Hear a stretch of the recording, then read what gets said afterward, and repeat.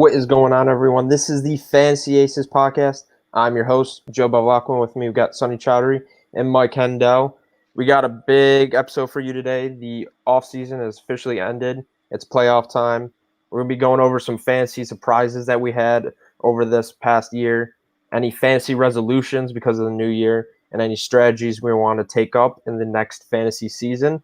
And we're going to go through all the wildcard games, look at the matchups, and see any good positions that we want to have for FanDuel or DraftKings lineups that we want to point out to the viewers. But before we get to that, Sonny, how do you feel after Week 17? Big NFC East drama. How do you feel after that week of football?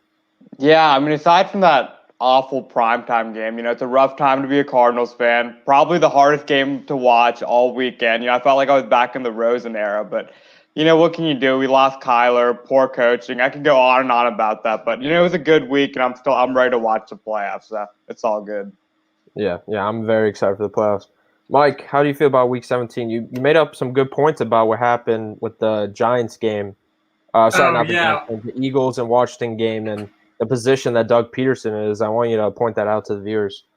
Yeah, I was on our text chain. It's a really hard position to be in for Doug Peterson. And granted, this is 100% speculation on my part, but he was told to do that. That was not his idea. No coach wants to do that.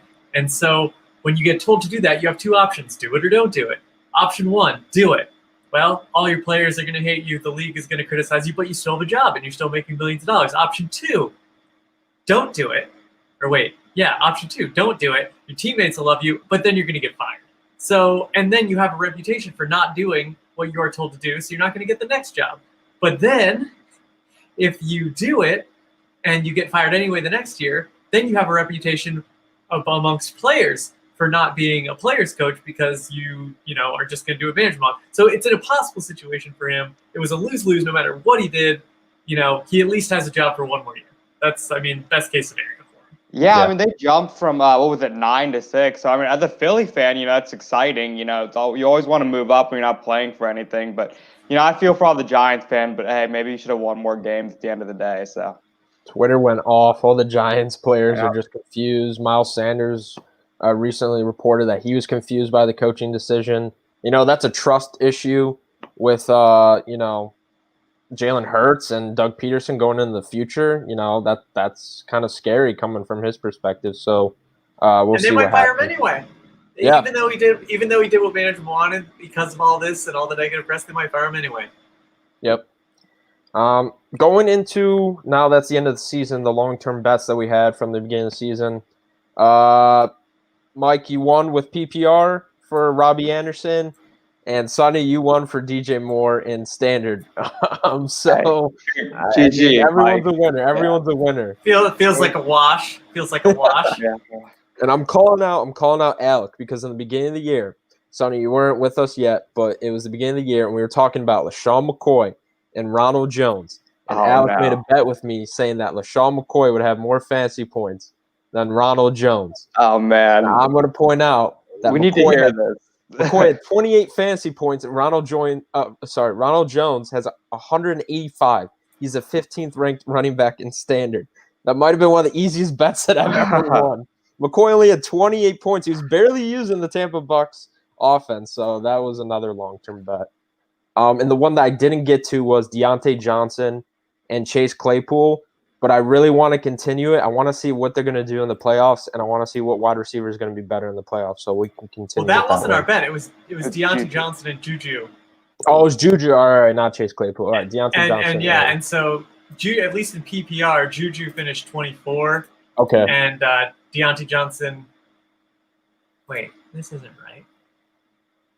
I have two different results here. Let me refine and get back to you. Okay, all right. We'll get back. I'll read the news around the league right now, and then we'll get back to you on the rankings for that. So news around the league: Josh Jacobs got arrested for a DUI, so that was something interesting that has happened. Anthony Lynn fired after 4 seasons with the Chargers. Where will he go next?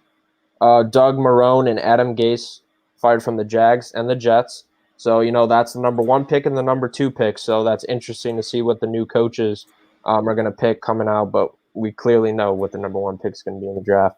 And Meyer, wants $12 million a year to coach the Jags, which is pretty interesting. Past Ohio State coach. That's a lot, but he's also restarting the organization with the Jacksonville Jaguars, so he would deserve that money. He's got a lot of draft picks. That would be interesting if he moved to Jacksonville. And the Falcons and Texans head coach position is still open. They're interviewing head coaches each day, so that's also interesting. We'll see where that goes. And then, like we talked about, speculation in the Eagles' office, whether benching Hurts will hurt coach and QB relationship going into the future. It's interesting. It may hurt his fantasy value in 2021. So we have to, look on Jalen Hurts' ADP throughout the whole offseason. All right. Mike, did you get the rankings? Yes. It was confusing because it was like what ESPN ranks versus what the points were at the end of the year. In PPR, Juju had one more point than Deontay Johnson. That's crazy. And he also had a bunch of more touchdowns, right? Mm-hmm. And about 100 yards less. So there you go. Both of those were pretty right on. So I feel like Sonny and I, we had the guy that we liked, and the other guy also did well. So I feel like it's a good battle.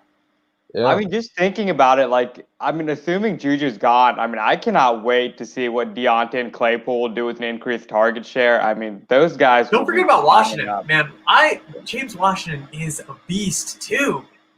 He needs polishing, but he is a monster. He's a Deebo Samuel type where he can run people over. He's huge.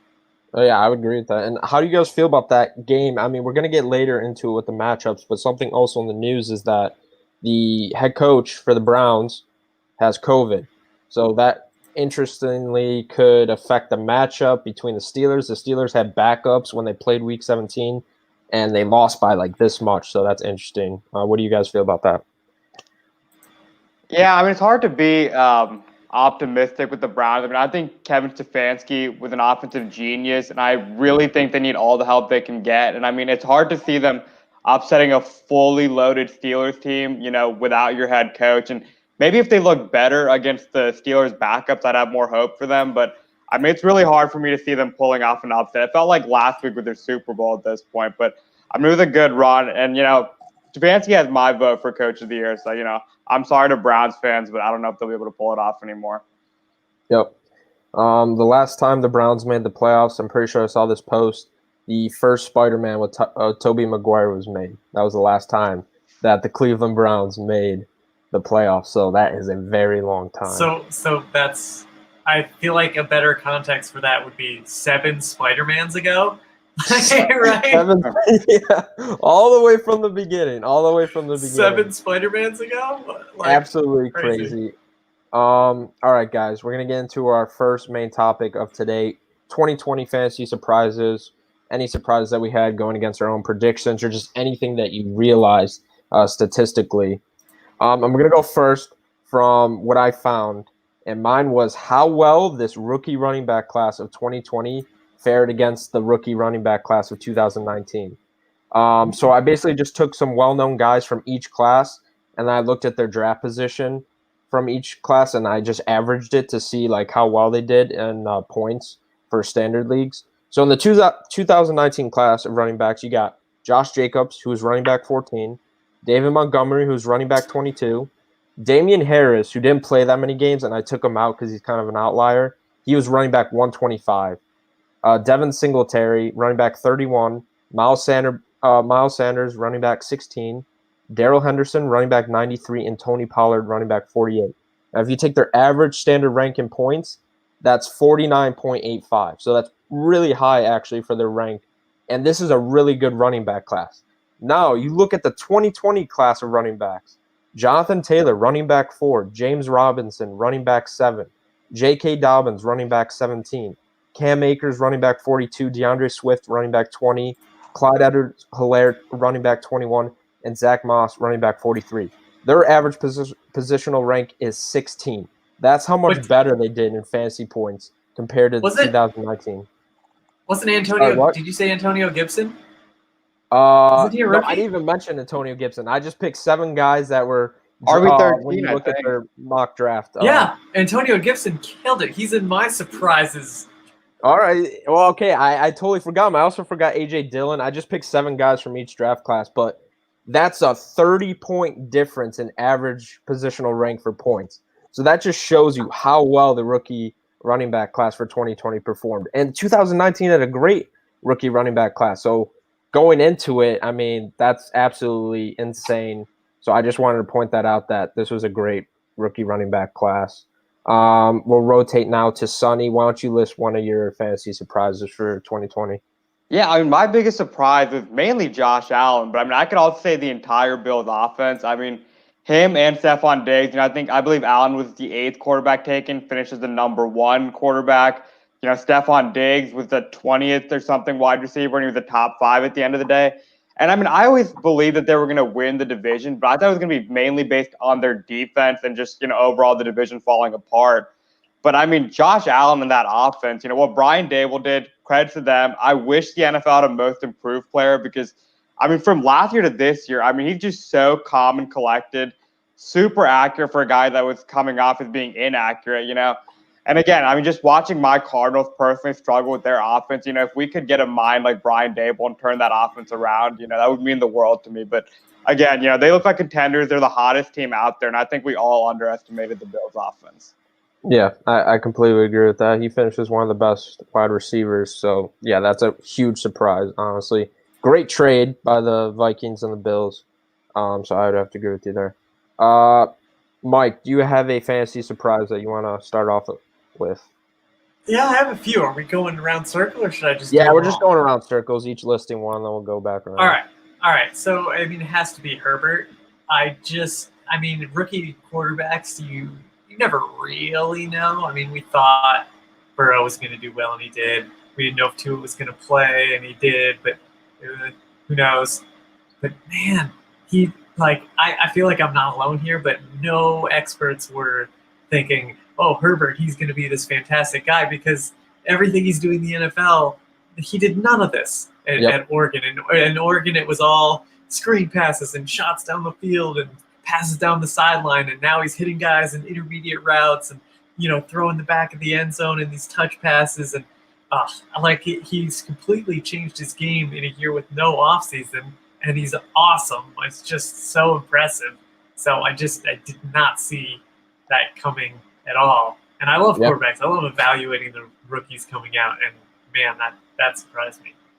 Yeah, I would have to agree with you. And if Joe Burrow didn't get injured, we would have to say he was quite the, surprised on how well he got in the passing game as well with his, limited offensive line. I think he had more passing yards still than Cam Newton as of now. Even though he got injured, he still had more passing yards than Cam Newton. So these rookie quarterbacks, they got a bright future in some aspects, but that's a good one with Herbert. Okay. Coming back to me, I saw something on Sleeper. Rookie wide receivers with over 90 targets. So again, this is the rookie wide receiver class. Justin Jefferson had 125 targets. Jerry Jeudy had 113 targets, so he was the second most out of rookie wide receivers. Didn't expect that. Chase Claypool had 109. CeeDee Lamb had 109 targets. T. Higgins had 107. Darnell Mooney had 98 targets, and Brandon Ayuk had 97 targets. So I don't think we've ever seen that in a while, to have a draft class wide receivers with 90 targets over with, 7 wide receivers. So that's absolutely crazy, and that's another fantasy surprise that I had. Sonny, why don't we go to your second fantasy surprise of 2020? Yeah, I mean, just building off of that, I mean, Justin Jefferson, I mean, what he did this year was insane. I mean, we saw last weekend, not only did he break Randy Moss's rookie receiving record, he also broke Anquan Bolden's all-time rookie receiving record. And it's just, again, this was considered the year of the wide receivers. And you look at the first 2 guys taken, that's an even bigger surprise with how disappointing Ruggs and Jeudy were compared to Jefferson, who was the 4th guy taken. I mean, look above him, Rager. This dude is a stud. And even in a short offseason, what he did in that offense was unbelievable, by far exceeded my expectations. And the dude's a stud, so I'm excited to see where he goes next year in drafts. Do we blame the quarterback situation with Denver? Because Jerry Jeudy had 113 targets, but he only caught 52 out of those 113 targets. And I'm glad you mentioned that because you can see the route running. I mean, he gets open. I mean, his route running is spectacular. But I think, it's just early jitters. He's still a rookie. I'd love to get him because I think he'll be a steal next year.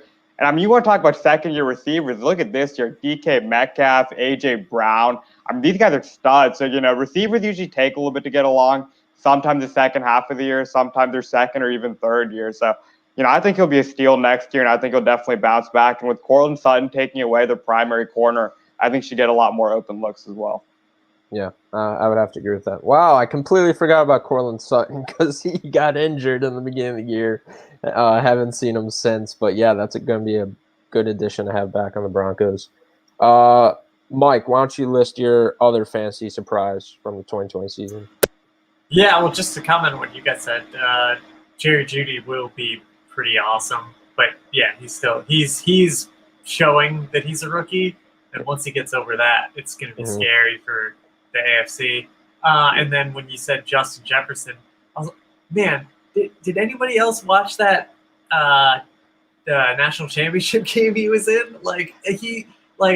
After that, I was, how is he not the number one receiver? And then obviously the body work that the other guys had, but whew, I didn't watch much college football that year, but I watched that game and he was outstanding. So for my other one, I was going to say that DeAndre Hopkins, I'm going to a lesser quarterback situation, which don't get me wrong, still a good player, but no Deshaun Watson anymore, and Deshaun Watson's like a top 5 guy, and he does better and more impressive, makes more highlights, wins more games on the back of his carrying the team. Like I didn't see it coming, fitting seamlessly in and getting better, even though, getting, well, albeit not crazy downgrade to Kyler Murray, but it's a downgrade. See, yeah. I will say one thing. The reason it did not surprise me, because if we had a list of all the quarterbacks that Hopkins has played with and how he produces every single year, does it really surprise you that if he gets Kyler Murray, he wouldn't be putting more numbers? That was the one thing I was going to say. I mean, this dude is like Allen Robinson, which back to that point, how dope would it be if we got Allen Robinson and Deshaun Watson together? I mean, those guys just deserve each other. But anyways, I'm glad you got some respect on Hopkins because his season was phenomenal. Yeah. I think he's super underrated, and he should be in the combo for the best receiver in the league. So glad you brought it up, Mike. That's definitely true. I'm just glad we're not talking about Michael Thomas because, now he has something to show. He begged to get into the 99 club, and, he's not been fully healthy. But guess what? Neither has Chris Godwin. The man, had a finger problems. He could barely catch. Guess who just caught 2 touchdowns against the Falcons with a finger problem? There are no excuses, even if you're still healthy to be able to play, so Michael Thomas, he had a bad season. They traded Cooks after he was an awesome player, and they got a good, good for him. We're seeing a little diva tendencies out of Thomas, maybe. If Drew Brees isn't there, which is the perfect quarterback for a Michael Thomas, and you're going with a new guy here. I don't know. Maybe they could get 2 firsts for him. He was the best player in football last year. Well, I will say also, I mean, that's why the fantasy, implications are never over because I think this is a good time because we expect Michael Thomas to be back. So there's always going to be things to look for. I'm curious to see how Michael Thomas looks. Is he the same guy that he was last year? Is he not? Like, I just think it's something to watch for in the playoffs. And who knows where he goes next year? Maybe he can go back to what he was. Maybe he doesn't. So.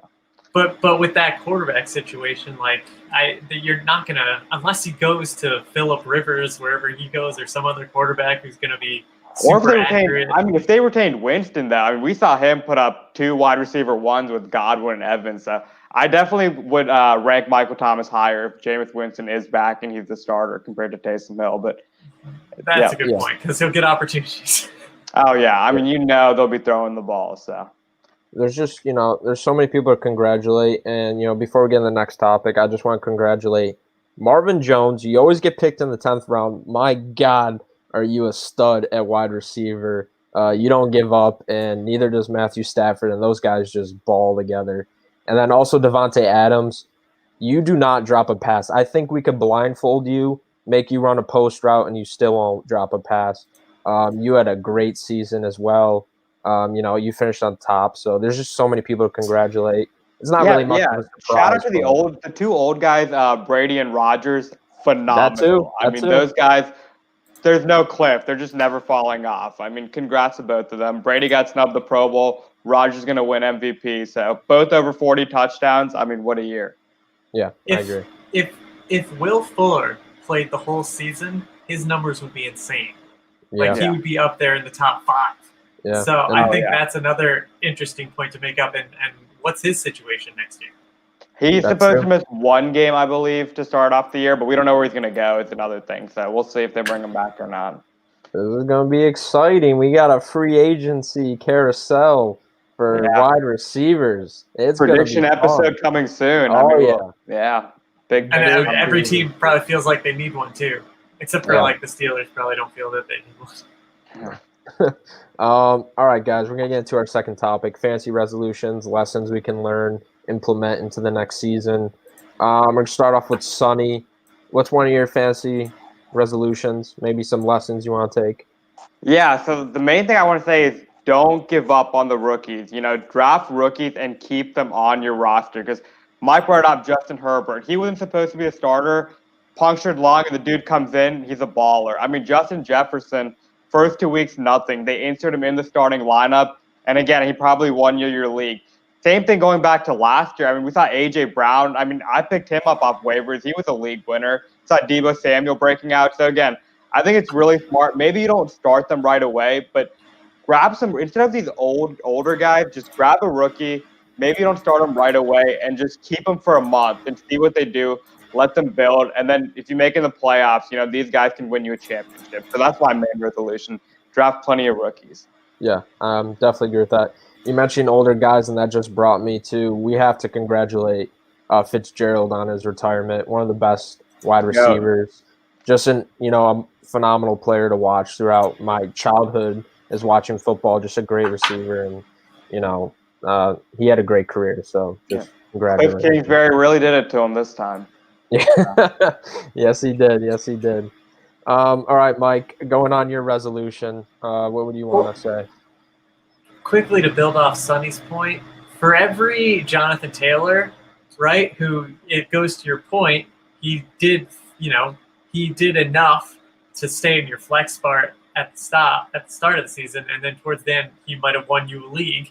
Like he was outstanding. And how do you know? But for every Jonathan Taylor, there's a Henry Ruggs. So it's so hard to give up a roster spot on a guy who's not doing it, who has that first round talent. It's just listen to Sonny. Just do that, and he'll tell you what to do. For my resolution is not to hold any fantasy grudges.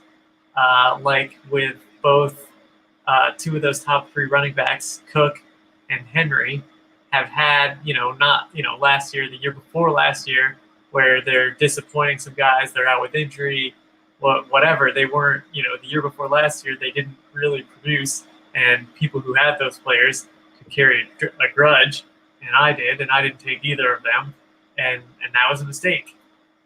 So when everyone's telling you that these players are going to be good, and you're like, well, they didn't do it for me that 1 year, you're wrong. Yep.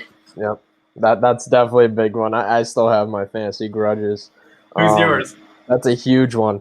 I would have to say one of my fantasy grudges.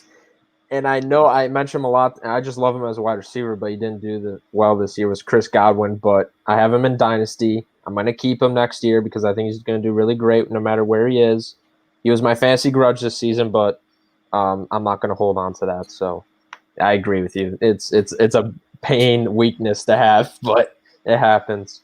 My resolution is I need to value the tight end position more. I just passed up on too many top-tier tight ends that probably cost me. And, I should place the tight end sometimes in the flex position. Didn't do that many times because I was scared. I was scared with Gesicki. I had him on my team.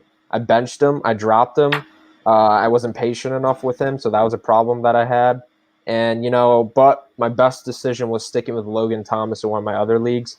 I would say one of the best qualities of traits for a fantasy tight end is snap share. He was on the field all the time. And I think that's something that I have to take into consideration going into the next season is pick a tight end that's always on the field. And he was. So that would be one of my fantasy resolutions. Going back to Sonny, do you have any other fantasy resolutions that you want to point out or any lessons? Yeah, I do. And one more thing going back to yours, I actually want to bring up a stat for that one. So, like, Darren Waller, the number 2 tight end, scored 278.6 points. Logan Thomas is right after him, 176.6 points. That is 102 points higher than the next guy after him per game. 17.4 for Darren Waller and 11 on the dot for Logan Thomas. So 2 and 3 is just massive. You know, we're gonna have Kittle in there, so I definitely want to have one of Kelsey, Kittle, or Waller in one of my many leagues. Hopefully, I get one of those guys. So I'm really glad you brought that up. I mean, look at me. I guarantee you later on, I'm going to be talking about how deep the tight end class is, all these guys that I love. But my other thing is something I actually tried to do that I did this year, and I'm going to try and do again for next year is second and third year wide receivers. I mean, this year's the second year receivers we talked about. A.J. Brown, DK Metcalf, Terry McLaurin. I mean, Debo when he was healthy. I mean, they're just studs. I mean, receivers take a little bit to adjust, you know, getting good chemistry with their quarterback and everything. So, I mean, everyone's going to be all over Justin Jefferson, you know, and Higgins and Ayuk and stuff. But, I mean, we saw Chenault finally. I mean, he had 60-plus yards and 2 touchdowns. Judy was disappointing, but he finally had 140 yards and a touchdown. So just keep targeting these rookies that had, again, a short off season. So don't give up on them. I think a lot of them are going to break out. Even Chase Claypool, I mean, he started disappointing towards the end of the season, but he had over 100 yards and a touchdown. So that's someone else that I think I'll be targeting. So target second and third year receivers. I mean, again, avoid the old veterans and target the younger guys. Yeah, I would have to agree with that. Mike, do you have any other fantasy resolution strategies, lessons that you want to partake? When you said that about Darren Waller, you know, the drop off of 100 points, if you look at PPR and running backs, the drop off from 3 to 4 is also 100 points. Those top 3 guys, those top 3 guys are up there at 370, 377, 379, all right up there. Kamara, Cook, Henry, and then when you get to Aaron Jones, there's a 100-point drop off at 269. Like that's crazy too. So if you had one of those top 3 guys, I mean that's what 25% difference overall. Mm-hmm. Like unbelievable. Absolutely crazy.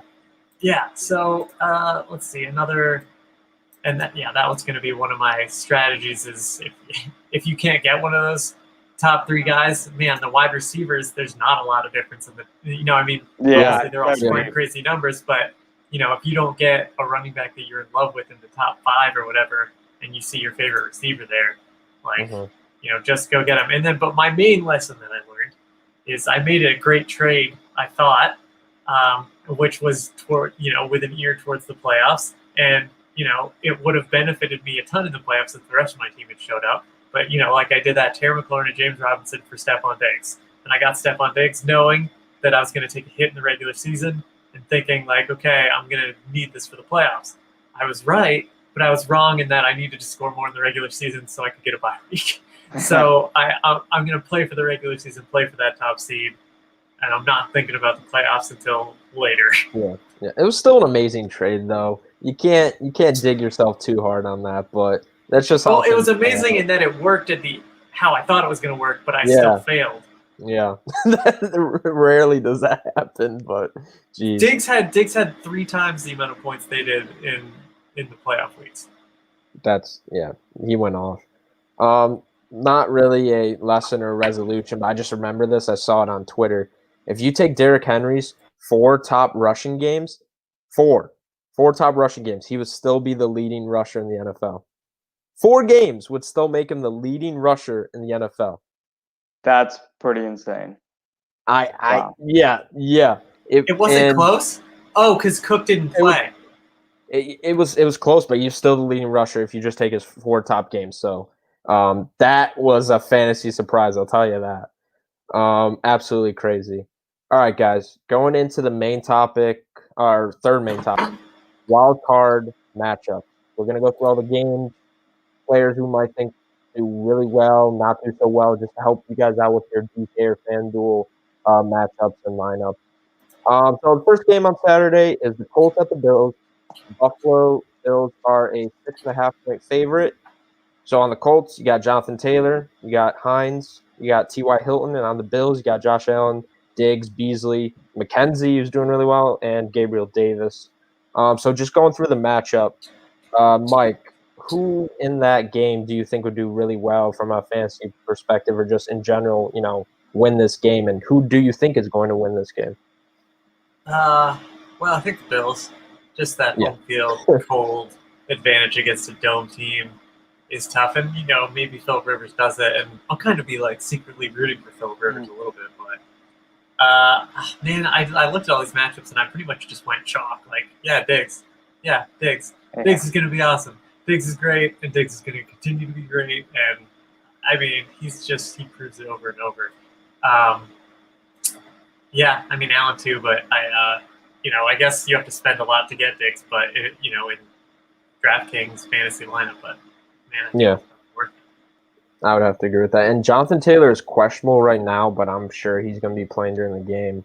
But if you do want some cheap options, because we know Diggs is going to be expensive, we know Josh Allen's going to be expensive, maybe Beasley, he's an affordable option. And he's also Beasley's also dealing with an injury, so that's something to monitor for sure. Okay, and if he does have an injury that, it's going to bench him, Gabriel Davis is probably a huge cheap option to have as well. He fills in pretty well on the Bills. Yeah. Sonny, how do you feel about this matchup? Bills, Colts, what players you like? Yeah, so I really don't expect this game to be super close. So if I were to spend up on anyone in this matchup, it would be Diggs because, again, the offense is just heating up and Diggs is matchup proof. Taylor, I know he has a good matchup against the Bills, but if the Bills jump too far ahead, I don't see them running the ball much. And if he's dealing with an injury, if he is out, I think Hines would be a great cheap option. But if you're going to spend up in this game, get Diggs because the dude is on fire. Yeah, I would have to agree with that. And, it's 6.5-point favorites. I'm taking the Bills. I think they're going to win by 2 touchdowns. Big games from Diggs. If it's a long,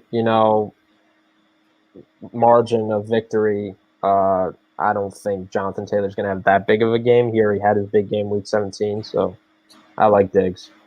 All right, guys. Oh, yeah, if Mike. you want to keep an eye on somebody, they've been trying to get the ball to Dawson Knox a little more. Yeah. And I only remember from I guess last year, his rookie year, that one play he had where he ran over 5 guys.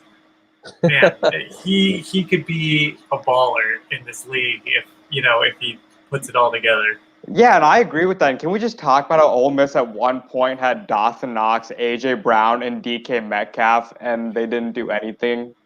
That's crazy. That's probably the defense's fault at that point. That's pretty absurd. But I'm also one more thing. Another guy, like you said, another guy to watch for is Gabriel Davis because this dude could also be a steal next year. We've hyped him up before, and he's still a rookie. He looks good. He's shown flashes. So I'm definitely gonna be keeping an eye on Gabriel Davis. And if Beasley doesn't play, that should be more targets for him.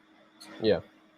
All right, guys. Game 2, Rams at Seahawks, defensive battle. Seattle's a 4.5-point favorite.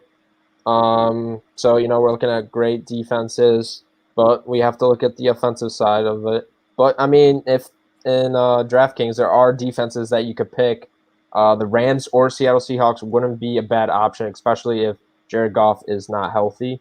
But, you're looking at Wilson, Chris Carson, Alex Collins, who's the backup running back, Metcalf, Lockett. My opinion, do not count on Lockett to have another great game. I think that was just one of those fluke games that he has where he gets over 20 points. And, you have Henderson, Akers is back. Going to Sonny, what do you expect out of this game? Who do you think is going to win? Yeah, so, it should be a closer game if Goff does play, but I'm assuming DK is pretty pricey in DraftKings, and I would say avoid DK because I don't think it'll be worth the price when you got Jalen Ramsey shadowing him. I don't think it's worth the risk. As for Lockett, like you said, of course in week 17 he shows what he is again, but I'll definitely be keeping an eye on Lockett because I could potentially see, overall he finished as, I think a top 10 wide receiver, but we know he disappointed most weeks and not, but I could for sure see him being a steal next year, and I will be watching closely for Lockett for potential 2021 redraft leagues. And who do you think is going to win this game? Both your rivals. Who do you think is going to come out on top? I think I'm just going to go with the better quarterback in this position. I trust Russell Wilson to pull it out. But, I mean, he's been disappointing too. So we'll see. I think they pull it out in a low scoring game. Yeah, I would have to agree with you. All right, Mike, who's going to be the top performer in this game, and who do you have winning? Seahawks, and I think Lockett too, man. I think if I'm the Rams, I'm putting everyone on DK. If I'm the Rams, I'm putting everyone on DK Metcalf because he's a monster, and he's emerging as potentially the best receiver in the game in the years to come. So I can't let him beat me if I'm the Rams. I cannot do it. If Lockett's going to beat me, all right, fine, but not that guy. So other than that, I mean, I don't know. What running back here, Akers or Chris Carson? For sure, Akers. Wide receivers. Akers. I expect Akers to play, and I would take Akers over Chris Carson. Okay. I mean, I'd rather have the Bills running back if you're, taking running backs. Yeah, I really don't think these guys. I don't trust either of them. I'll agree with Mike because they'll probably be expensive. But my favorite running back in the game would be Akers, but I'm really not in love with either of them, and both are dealing with injuries as well. So. If Goff plays, would you guys want Woods or Kupp, or would you rather have Lockett? I would take Robert Woods personally if Goff is playing. I was going to say, I think he'd be an affordable option and a good option to have. I want Lockett. Lockett, all right. It's an interesting one. Game 3, prime time, somehow. Washington at the Bucs. Tampa Bay is an 8.5-point favorite. Washington, we got Alex Smith, Gibson, McKissick, Terry McLaurin, Logan Thomas on the Bucs, Brady, Ronald Jones, Fournette, Chris Godwin, Evans might be questionable, and then Antonio Brown, who I think is going to be an affordable option and a great option to have. Probably one of the best options on FanDuel and DraftKings, and then Gronk. We'll start off with Mike. Who do you have winning the game, and who's going to be the bright spot in this game? I gotta choose the Buccaneers, but in terms of a player, I think McKissick is a fantastic choice because Washington will be playing from behind probably the entire game, and so he'll be on the field all the time. I would be surprised if he has less than 10 catches in this game. He's such a great receiving back, and I want to ask you, what's going on with Gibson? He's kind of fading away from the offensive role. Is he just still injured, or is it just coach's choice, pick the hot hand right now? Well, I think, when you have Dwayne Haskins in there who's not as strong of a passer, you're going to run the ball more and take shots to, his teammate from Ohio State, Scary Terry. And so when you have Alex Smith in there more, then I'm putting the little guy, the little back in there who can catch the ball more. So I think it's probably just leaning more towards what Alex Smith does. Okay, right. Gameplay strategy. Sonny, who are you picking, and who's going to be the bright spot in this game?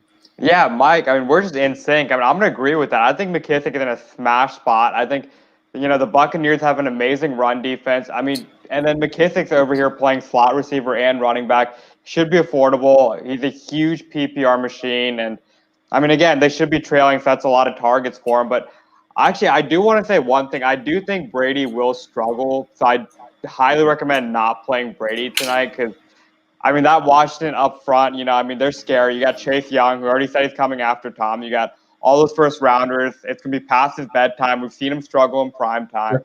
So I think it'll be – I'm not expecting the Buccaneers offense to go off, but I think they'll be able to hold Alex Smith in check. And I think, Brady's a winner. He'll be able to do just enough, but he's definitely someone I would be avoiding to play at all costs. All right. Going to the Sunday games. Game 1, Ravens and Titans. Baltimore is a 3.5 favorite, being away.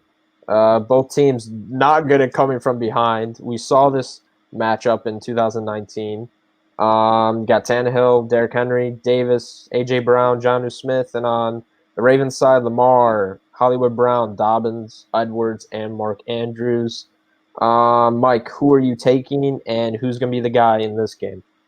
Yeah, I mean, if you get a good price on Tannehill, immediately take it because after what happened last year, if I'm Baltimore, I'm putting 11 guys in the box against Derrick Henry and then hoping that the receivers drop a pass if they want to throw it. Like, there's no, that guy is obliterates everybody.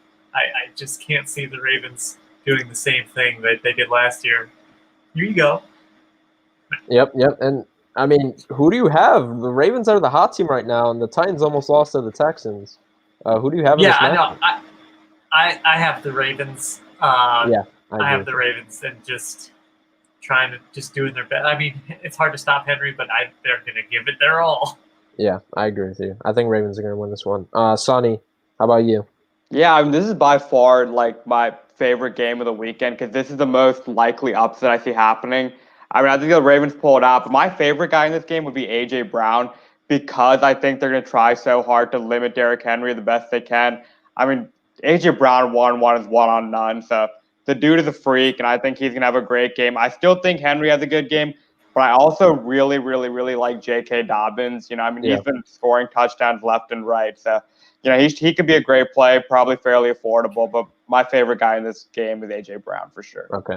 So, yeah, I was just about to ask you. I think Dobbins would be an affordable guy to pick up, and he's on a hot streak right now, so I really like him. Game 2, Bears at Saints. The Saints are a 10-point favorite.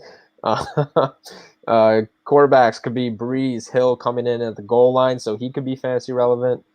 Sanders, Michael Thomas could return. Alvin Kamara could return. It's really with COVID, a lot of the Saints running backs are out right now. So if you have to rely on it, could be Ty Montgomery. You got Jared Cook, and on the Bears, Trubisky, Montgomery, Allen Robinson, Mooney, Kmet, and Jimmy G. All right, so Mike, who are you picking in this game, and who's going to be the guy in this matchup? I'm going upset, man. I'm going Bears. Oh, I love it. Are you being serious? Yeah, dude. Yeah. All right. I think the Bears defense has done such a good job against players and teams all year. Like and maybe that's biased because any one of my fantasy players goes up against the Bears, they do horribly every single time. So if you're looking at a DraftKings fantasy lineup and the Bears are playing in a game, maybe it's just because of the isolated things that happened to me.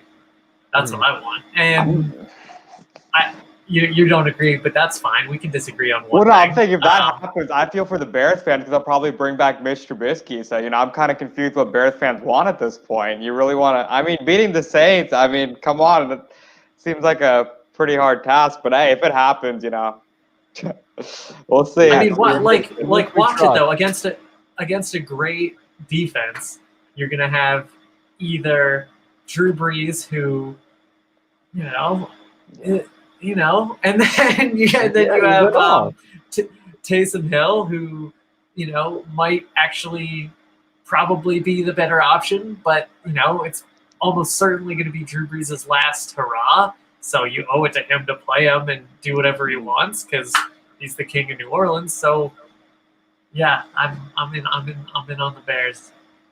We'll see what happens. It's interesting if the running backs, if COVID is the problem for the Saints, because then it really becomes a matchup. I hope Montgomery he does great against the Saints. I hope he gets 100 yards and a touchdown. Sonny, so we know the Saints. We know you want the Saints. But who's the guy? Who's the DraftKings guy that you want in this matchup? Yeah, I'm just personally, now that my team, the Cardinals, are eliminated, I'm actually pulling for the Saints. I just want Drew Brees to go out on top like Peyton Manning did.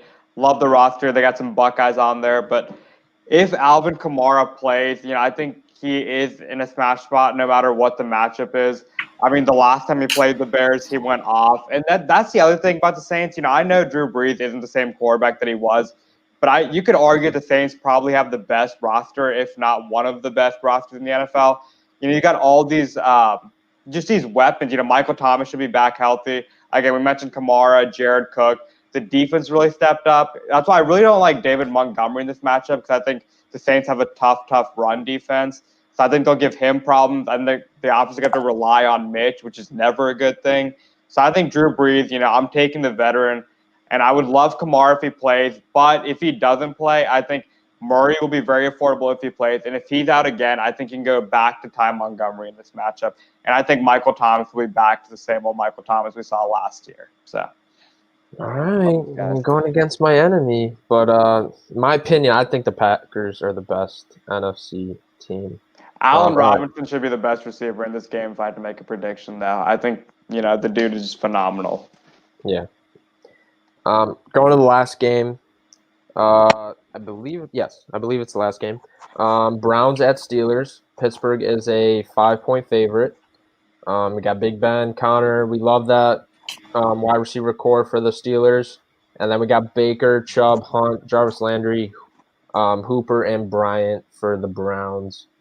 Sonny, who are you taking in this game, and who's your guy for this matchup?